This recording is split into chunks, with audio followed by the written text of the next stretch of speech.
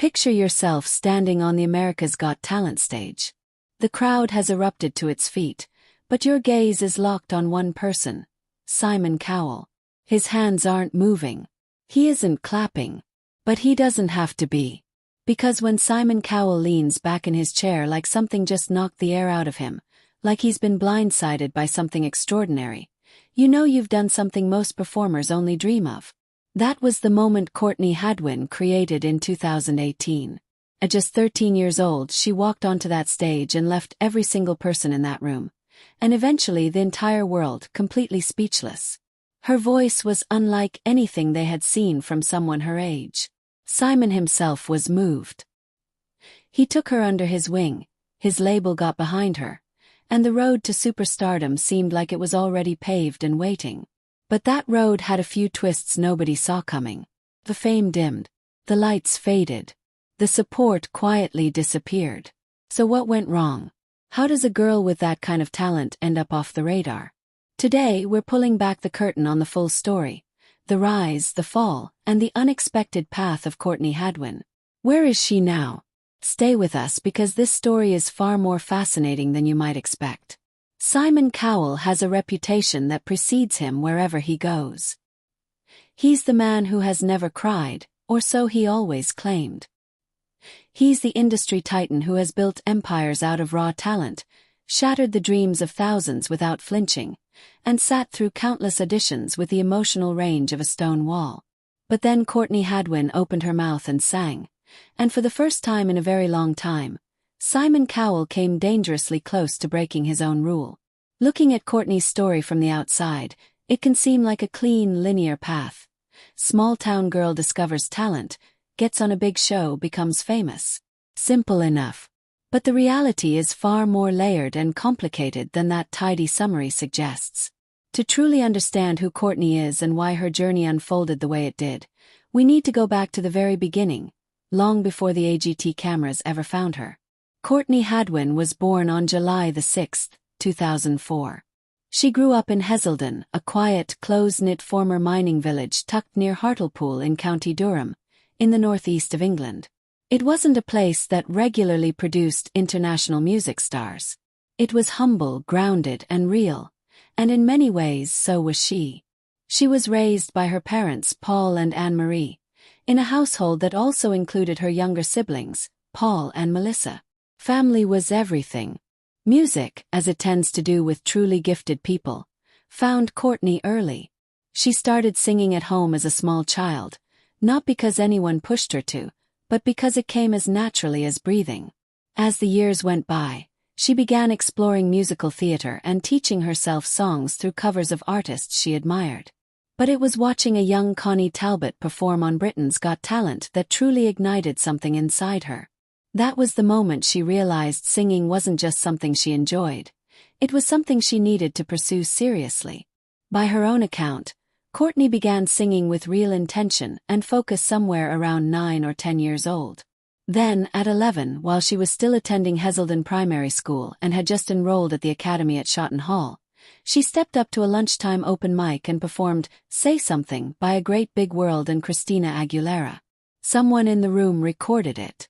That video made its way onto Facebook and spread through the local community like wildfire. Classmates and neighbors who had no idea what was living in that girl's chest were suddenly stunned. They told her she had to keep going. She had to pursue this. And Courtney, who already loved nothing more than singing and pouring her heart into original songs, was more than happy to listen. What followed was a period of real dedication and sacrifice. Courtney's granddad later revealed that she had started busking in local areas, standing on street corners and in public spaces, not for glory, but to scrape together enough money to pay for singing lessons and help cover the cost of travel for her family. She didn't earn a fortune doing it, but it was enough to open doors. She trained at several local academies, including Shotton Hall Theatre School, Peanuts Masterclasses, Kate Sir School of Music, and Vocal Ovation by Julie Miles, each one adding another layer to a voice that was already far beyond her years. Her first real taste of competition came in 2015, when she entered Teen Star UK in Newcastle. Standing on that stage for the first time in a proper contest setting, she delivered a rendition of Bob Dylan's Make You Feel My Love, that carried her all the way to the grand final. People sat up and took notice. The following year brought even more recognition. At just 12 years old, she won Hartlepool's Performer of the Year award and reached the finals of the Beyond the Lights ceremony. She also auditioned for Open Mic UK that same year, performing Nothing Compares to You, and adding yet another stage to her growing list of appearances. That summer, she achieved something that would have felt impossible just a few years earlier. She opened for Sister Sledge at the South Tyneside Festival, performing in front of a crowd of over 18,000 people. For anyone watching that day, the message was unmistakable. This was no ordinary kid from a small village. This was a genuine star being born. The momentum continued rolling into the following year, when Courtney turned her attention to The Voice Kids UK. Her audition was explosive, a full-throttle electrifying take on Tina Turner's Nutbush City Limits that earned her a coveted spot on Danny Jones's team. She powered through the battle round with Dancing in the Street, made it to the semi-final on the strength of James Brown's I Got You, I Feel Good, and brought the curtain down on her run with And I Am Telling You I'm Not Going, finishing as a finalist. She didn't win, but she didn't need to. Every single performance left a mark. Behind every one of those performances was an extraordinary level of discipline. Courtney was not a casual, naturally gifted performer who coasted on talent alone. She worked. She practiced vocal exercises every single day. She kept up her lessons even as competitions and gigs filled her schedule. Those years spent on small stages across the northeast of England, in community halls, at open mics, in regional competitions. All of it was shaping not just her voice but her backbone. The resolve she would need later when things got much harder was being built during those quiet, unglamorous years in County Durham. And none of it would have been possible without her family. From the very first moment it became clear that Courtney had something special. Her parents threw themselves fully behind her. Her mother saw the potential and cheered it on from the front row. Her father, unwilling to let finances stand between his daughter and her dreams, picked up extra work, delivering pizzas, covering petrol costs, just to make sure Courtney could get to every audition, every gig, every lesson she needed. When her appearances on The Voice Kids UK and eventually America's Got Talent required a much bigger commitment, the family didn't hesitate. They relocated to LA for a period so she could compete, with her father traveling back and forth to support her while she continued her education. Through every whirlwind moment, through the TV appearances, the record deals, and the international spotlight, her family never let her forget who she was and where she came from. She has credited them, time and again, with keeping her grounded when the world around her was spinning out of control. It was that foundation, the love, the sacrifice, the roots, that carried Courtney through everything that followed. By early 2018, she had quietly built a reputation significant enough to attract the attention of producers from one of the biggest talent competitions in the world. The invitation to audition for season 13 of America's Got Talent didn't come from a family push or a carefully plotted career strategy. It came through show producers who were actively scouting for international talent. For Courtney, it felt like the perfect next step. She was ready, or at least she thought she was. Because what was waiting for her on the other side of that audition was something nobody, not her parents, not her coaches, not even Simon Cowell himself, could have fully prepared her for. When Courtney Hadwin walked out onto the America's Got Talent stage at 13 years old, nobody in that room was particularly ready for what was about to happen. She looked every bit the nervous schoolgirl she was. Quiet, slightly awkward, uncertain on her feet. She was from a small village in County Durham, England, and it showed. The audience watched politely. The judges waited. And then the first notes of Otis Redding's Hard to Handle broke through the air. And absolutely everything changed. The voice that filled that studio was not the voice of a 13-year-old girl. It was raw and raspy and ferociously powerful, carrying a weight and a world weariness that had no business coming from someone that young. The moment she opened her mouth, the nervous little schoolgirl vanished completely. In her place stood something else entirely. Wild, untamable energy, gritty and explosive vocals, and a stage presence that had the entire audience on their feet before they even knew what had hit them. Nobody in that room had seen anything quite like it. The judges were stunned into silence. And then Simon Cowell, The man who has watched thousands of performers without so much as raising an eyebrow, cracked. His poker face, the one he wears like armor, gave way, and the words that fell out of his mouth became some of the most quoted in AGT history. "You were this shy little thing when you came out, you sing and you're like a lion." Howie Mandel, equally overwhelmed, didn't waste a second.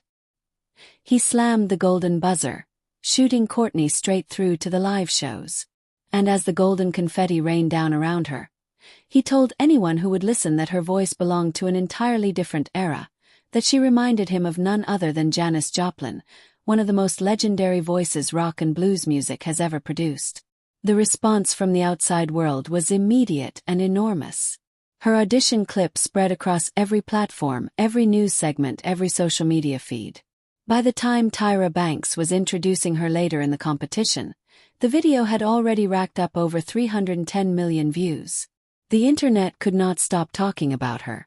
By the time the quarterfinals came around, audiences across the globe were throwing around words like generational talent and phenomenon with complete sincerity. These were not casual compliments. People genuinely believed they were watching something that only comes along once in a lifetime. She moved through the competition like a force of nature. Quarterfinals, semifinals, each performance more charged and powerful than the last, each one blurring the line a little further between teenage girl and grizzled, soulful veteran. By the finals, she had fans in countries she had never visited. But the trophy itself didn't come home with her. She placed sixth, a result that left many fans genuinely baffled. Even so, the competition had done exactly what it needed to do. It had introduced Courtney Hadwin to the world, and the world wasn't about to forget her. She returned the following year for AGT, the champions in 2019, but by then, the chapter of her story had already turned. Because in the background, something far bigger had been set in motion. Simon Cowell, who hadn't hit the golden buzzer but had been watching every moment with keen eyes, had made a decision. Shortly after the 2018 live shows wrapped up, he signed Courtney to Psycho Music, his label, in a deal made in partnership with Arista. Just like that, a 13-year-old girl from a former mining village in the northeast of England had a major record deal. The music industry machine had its sights set on her. And while it all sounded like the most perfect fairy tale imaginable, the reality of what came next was something else entirely. It was the middle of 2018. The confetti from the AGT finale had barely settled, and the world was already clamoring for more of Courtney Hadwin. She had stepped off that stage as a contestant. She was stepping back into the world as something far bigger. A name, a brand, a commodity. The industry didn't just want her to be talented. It wanted her to be a star, on their terms and on their timeline. Fame moved fast. Her audition clip continued to circulate on talk shows, news programs, and social feeds across every continent. The headlines wrote themselves. The next Janis Joplin. The British soul sensation. The 13-year-old who sang like a living legend. Overnight, she had gone from a rising regional performer to a household name in America, and a phenomenon people back home in the UK were scrambling to claim as their own. Then December arrived, and with it came the deal. At just 14 years old, Courtney signed a long-term recording and publishing contract with Psycho Music and Arista Records. Speaking about it publicly, she described the feeling as incredible. She was excited about the prospect of writing original songs, staying true to the music she genuinely loved, and finally having the platform to share her real voice with the world. She called it a dream come true. It was supposed to be the beginning of everything. But 14-year-old Courtney couldn't yet see what was hiding inside that dream. The weight of it all hadn't become visible yet. She was still a teenager, still figuring out who she was, still learning how to hold herself together on stage. And suddenly she was being handed the expectations of an adult professional in one of the most demanding and unforgiving industries in existence. The machine expected results. It expected polish. It expected output. And it expected all of it immediately. Behind the scenes, the pressure was relentless. Every week, she was required to perform at the highest level, to bring energy and electricity and close the show like the star they were already billing her as. Howie's encouragement helped. His belief in her was genuine, and his enthusiasm kept some of the nerves at bay. But the internal weight of it never fully lifted. Meanwhile, the record executives were doing what record executives do. They began packaging her. They studied her image, dissected her sound, and started building a version of Courtney that they believed the mainstream market was ready to consume. The Janis Joplin comparisons, which had once felt like the most natural and accurate description of what she did, quickly became a blueprint, a box they were trying to fit her into. And Courtney, who had spent her whole life finding her own voice, suddenly found herself being handed someone else's. At 14, she was sitting in studio sessions with professional songwriting teams, veteran producers, and industry managers who all had very clear ideas about what she should sound like and who she should be. The sound they were building, a polished, clean, radio-ready pop-soul crossover, clashed sharply with the raw, gritty, emotionally unfiltered vocal style that had made the world fall in love with her in the first place. She was still in the process of discovering who she was as an artist, and instead of being given the space to do that, she was being handed a finished identity and told to wear it. She later spoke openly about how suffocating that period felt. She described losing her sense of direction. She talked about how her early teenage years, the years that should have been formative and creatively free, were instead swallowed by studio schedules and transatlantic flights and meetings with people who had agendas she didn't fully understand. The travel alone was relentless, back and forth between the UK and the US, expected to be camera-ready and media-friendly at all hours, while also recording material she didn't always connect with emotionally. For a teenager who was still living at home and had barely had the chance to be a normal kid, the whole thing was overwhelming in a way that was difficult to even put into words. Publicly, the praise kept coming. Critics celebrated her energy and her presence. Producers called her a force of nature. She was written about in terms usually reserved for artists who had spent decades in the industry. But privately, the girl behind all that praise was quietly struggling. She sat through writing session after writing session, bending herself to fit themes and sounds and styles that didn't feel like her. She performed original material that she hadn't truly chosen. And somewhere inside all of that noise, she started to ask a question she couldn't seem to shake. Is this actually me? Or is this just what everyone else wants me to be? It was a heavy question for anyone to carry. For a 14-year-old girl, it was crushing. The world saw a star ascending. Courtney felt like she was disappearing. And that quiet, growing disconnect between the version of her the world was watching and the version of her that actually existed would turn out to be the thing that changed everything. Fame at its best is a beautiful thing. It can open doors that once seemed sealed shut forever, create opportunities that were previously unimaginable, and turn a lifetime of hard work into something the whole world gets to witness and celebrate. For Courtney Hadwin, all of that was true. The doors flew open. The world was watching. And the work had unquestionably been done. But there is a version of fame that arrives before a person is truly ready for it, and when it lands on someone who is still only a teenager, someone who is still in the middle of figuring out who they even are, it can do real and lasting damage. That was the version of fame that came for Courtney. To be clear, she didn't hate it. She wasn't miserable every single moment. She had worked hard for this, and part of her genuinely loved what was happening. But it was too much. And it came too soon. The gap between what the industry demanded of her and what a 14-year-old human being was actually capable of giving was enormous. And that gap had consequences. From the moment she officially joined the Psycho and Arista machine, her life was reorganized around the label's needs rather than her own. The spontaneous, creatively driven process she had once loved, writing songs in her own time, exploring sounds that excited her, performing because she genuinely felt something, was replaced by a structure that had no room for any of that. Her days were mapped out by schedules she didn't set, filled with back-to-back studio sessions where the goal was always the same: manufacture the next hit. It didn't matter whether the song felt true to her. It mattered whether it would perform.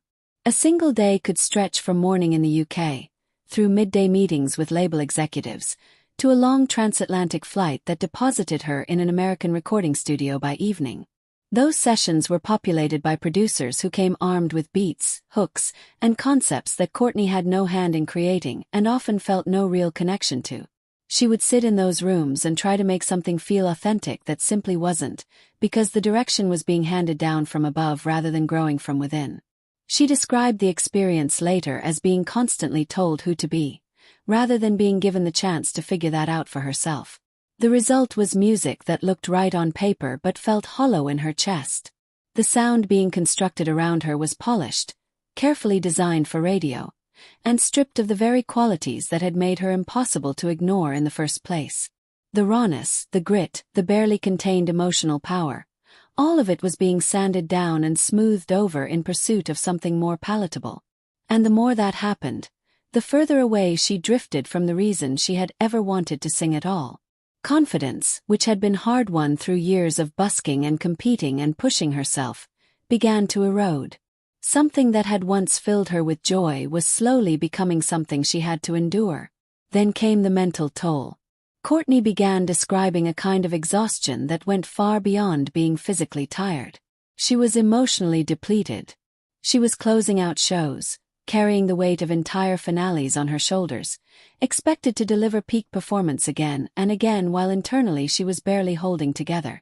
She admitted to feeling profoundly isolated, surrounded at all times by industry professionals and suits and schedules, but desperately missing the ordinary real life she had left behind. Missing home.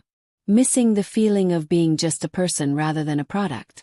And then gradually she pulled back. It wasn't dramatic. It wasn't a single moment of rupture. It was quiet and slow. A social media post left unpublished here, a public appearance skipped there. Her online presence thinned. Her name disappeared from press cycles. Fans who had followed her obsessively during the AGT run started to worry, then to speculate. Had something happened? Was she sick? Had there been some kind of falling out? The absence of any official explanation only made the rumor mills spin faster and louder. The truth was quieter and more human than any of the theories.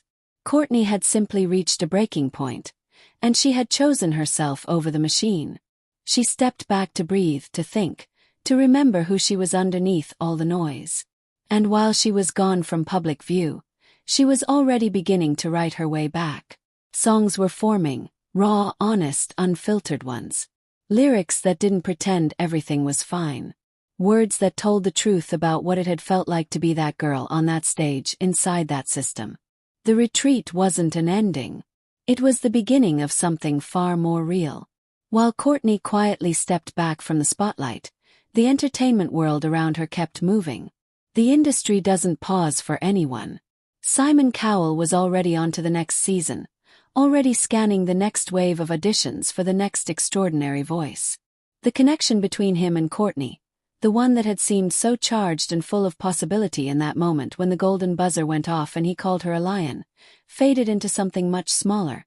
A business transaction completed. A chapter closed. From the outside, there had always been the temptation to read something more into that relationship. Simon leaning forward in his chair, visibly shaken. Simon signing her to his label. It looked, on the surface, like the beginning of a mentorship. Like a powerful man in the music industry recognizing something rare and choosing to protect it. But the reality, as Courtney eventually came to understand, was considerably more straightforward. Simon Cowell was never her mentor. He was never her confidant. He was the executive who recognized her talent, the gatekeeper who facilitated the deal, and the public face who showed up at the announcement. After that, the relationship existed in the margins, and then it stopped existing at all. You couldn't hold that against him. His role was to identify talent. Managing the emotional and psychological fallout of what happened to that talent once it entered the machine, that was never part of his job description. Courtney herself was careful, publicly, never to direct bitterness toward him. She was young, but she wasn't naive. She had seen enough of the industry by then to understand how it worked, and she understood that Simon was one component in a much larger system, not the architect of everything that had gone wrong. Even so, the silence that settled between them felt significant. It said something about the nature of the music business, about what happens to young artists when the commercial excitement fades, about the gap between being discovered and being truly supported. She hadn't been nurtured. She had been managed. And when the management became too costly or too complicated, the interest moved on. In the years that followed, Courtney's digital footprint shrank. She stayed out of press cycles. She avoided the kind of public presence that kept names in rotation. From the outside, it looked like a disappearing act. But behind the scenes, she was doing the opposite of disappearing. She was building something new, on a much smaller and more intentional scale. She was forming real relationships with independent producers who operated differently from the major label machine. Kevin Bowe, a Grammy-winning producer with deep roots in the blues and soul traditions she had always loved most, became central to that new chapter. The work was slower. The stakes felt different. And for the first time in a long time it felt like hers. Simon, for his part, offered nothing publicly. No acknowledgement of the challenges she had faced. No reflection on whether the system had perhaps asked too much of a child who wasn't yet equipped to carry that weight. Just the next show. Just the next audition. Just the ongoing business of making stars and moving forward. Critics who followed Courtney's evolution praised what she was building in those quieter years. They called her voice rawer, more fearless, more honest than it had ever been. But none of that praise came from Simon Cowell's direction. His narrative simply didn't include her anymore. There is something quietly profound about watching a person reclaim themselves after the world has spent years trying to tell them who they ought to be. That is precisely what Courtney Hadwin did. And by the time 2025 arrived, the transformation was impossible to ignore. She was no longer the 13-year-old who had walked onto that AGT stage trembling with nerves and exploded into something wild and extraordinary. She wasn't even the 14-year-old who had signed her name to a major label contract with stars in her eyes. She was someone new. Someone built from everything that had happened to her. The highs and the heartbreak and the long, difficult silence in between. After stepping away from her early label deal and the expectations that came wrapped around it, Courtney chose a different path. She chose independence. She chose to work with people who understood that creative authenticity was not a luxury. It was the whole point. Her partnership with Kevin Bowe, the Grammy-winning producer whose credits included legendary work with Etta James and Joe Cocker, became the cornerstone of this new chapter. With Bowe, she wasn't being handed a sound or a persona. She was being given a room and time, and the freedom to actually write her truth. The songs that emerged from those sessions, Monsters, You Only Love Me When I Lie, Breakable, That Girl Don't Live Here, were unlike anything the label years had produced. They were honest in a way that felt almost defiant, vulnerable and furious and real, exploring the parts of herself she had spent years being encouraged to polish away. In every interview she gave during this period, the change in her was audible, not just in the music but in the way she spoke about herself and her work. She talked about the label years with clarity rather than bitterness, acknowledging how suffocating it had been to have her identity sculpted by committee. And then she talked about how different everything felt now. No impossible deadlines handed down from above. No sessions built around someone else's vision of who she was supposed to become. Just her and the songs and a team that actually believed in both. She described it as a rebirth, not dramatic or theatrical, but deeply, quietly true. Her audience felt the difference immediately. You Only Love Me When I Lie landed like something cathartic and electric. Reviewers described it as a raw blues soul anthem that carried within it both the ache of hidden pain and the courage to stop hiding it. Her broader project, Little Miss Jagged, announced for release on September 12, 2025, was celebrated even in advance as her most daring and personal body of work to date. A stripped-back, microphone-free live performance of the single left viewers completely breathless. Journalists reached for language that could match the intensity of what they were watching. One described her as sounding like thunder and burning like fire. At 20 years old, Courtney was also ready to talk about what the earlier years had actually cost her. She spoke openly about burnout. About the loss of control that had come with signing herself over to a system that wasn't built to protect her.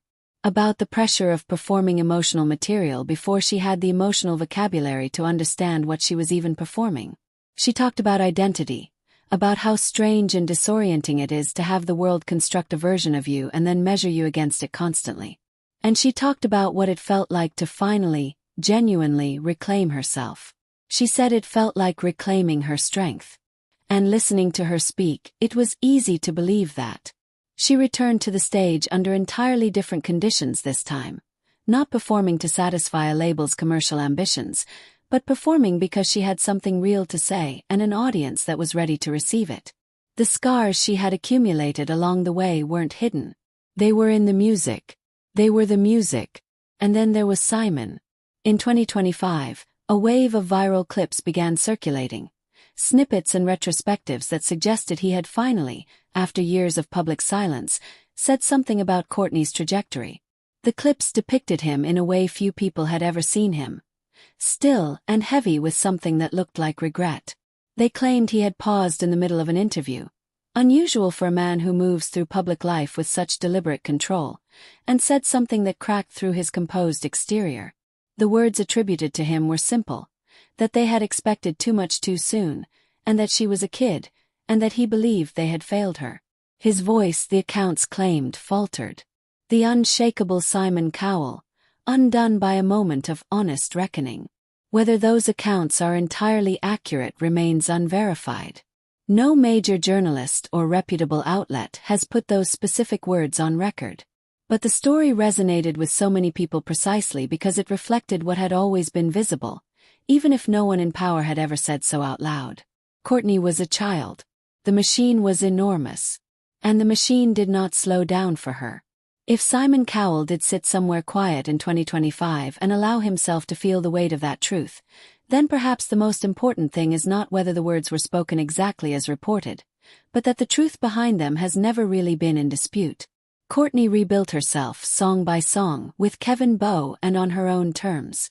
Her music, confessional, unflinching, stripped of everything false, has become the record of what she survived and who she chose to become. That speaks more clearly than any interview ever could. Courtney Hadwin today is a genuinely different person from the girl who once stood under golden confetti on the America's Got Talent stage. She is not a faded star trying to recapture a moment. She is not a cautionary tale about the dangers of early fame. She is an artist who went through the fire, came out the other side with her integrity intact, and has been quietly, deliberately building something that actually belongs to her. She is back in the UK, and County Durham remains her home. After leaving her label and the life that came with it, she chose to return to her roots, not out of defeat, but out of a clear-eyed understanding of where she draws her strength from. The northeast of England, the place that shaped her before the world ever knew her name, is still the foundation. She still maintains connections to the people and places from her early years in Heselden and Peterlee. Her creative process, she has mentioned in various interviews, often happens in exactly the kind of quiet domestic moments that the label years never left room for. Just her, a laptop, and thoughts that gradually arrange themselves into verses. Her online presence, once carefully managed and commercially motivated, has been rebuilt into something that actually reflects who she is. Across TikTok, YouTube, Instagram, and Facebook, she has assembled an audience of over 1 million followers. People who follow her not because she is pushing a product, but because they feel genuinely connected to her. She shares studio moments and casual conversations about mental health.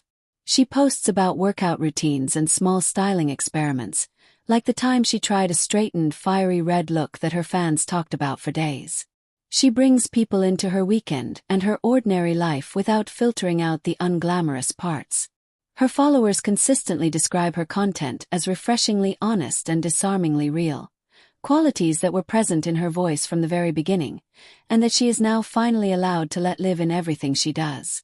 She has spoken candidly this year about the complicated relationship she has with social media, acknowledging that TikTok can feel relentless and overwhelming, while expressing genuine affection for YouTube as a space where she can share music and reflect on her life without the pressure of chasing trends. She runs Instagram Q&A sessions regularly and engages with fan comments with a kind of warmth that is clearly not performed. The conversation she invites about mental health, about therapy, about self-care and setting boundaries are not just talking points. They are things she is actively living through, and her willingness to share that process has made her a touchstone for many young people navigating their own complicated feelings about identity and pressure and self-worth. Her professional life has also been rebuilt from the ground up.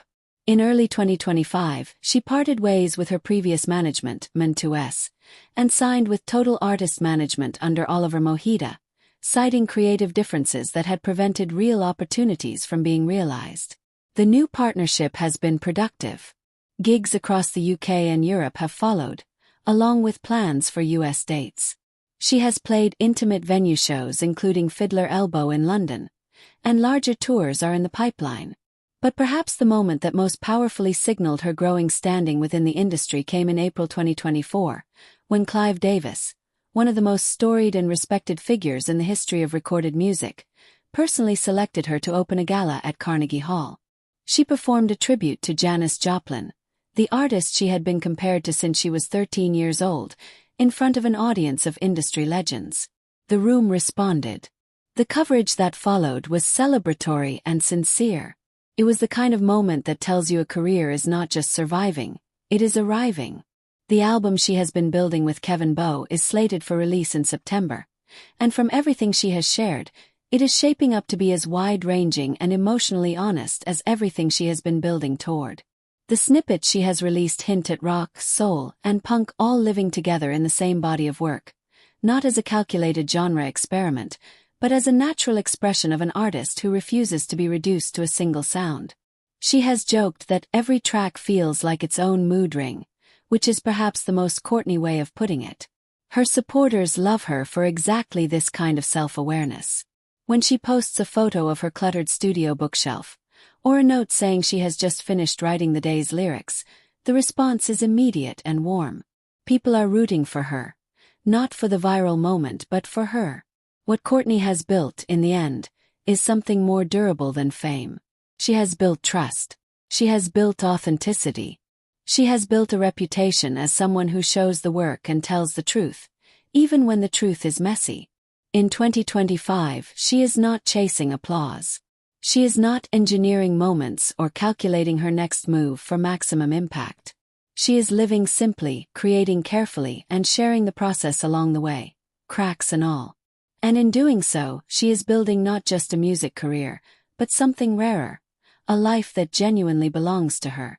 Courtney's story is, in many ways, a warning about what the entertainment industry still does to young people. It is not an environment built for children, no matter how extraordinary their gifts. The pressures are adult pressures. The expectations are adult expectations.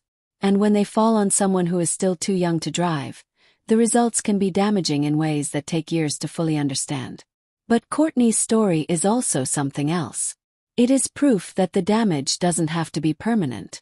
That a person can go through all of that, the exploitation disguised as opportunity, the identity erosion dressed up as development, the loneliness that hides behind schedule and glamour, and come out the other side still knowing who they are. Still singing. Still themselves. What do you think about Courtney Hadwin's journey? Drop your thoughts in the comments below. If you found this story worth your time, please leave a like and make sure you're subscribed so you never miss a new upload.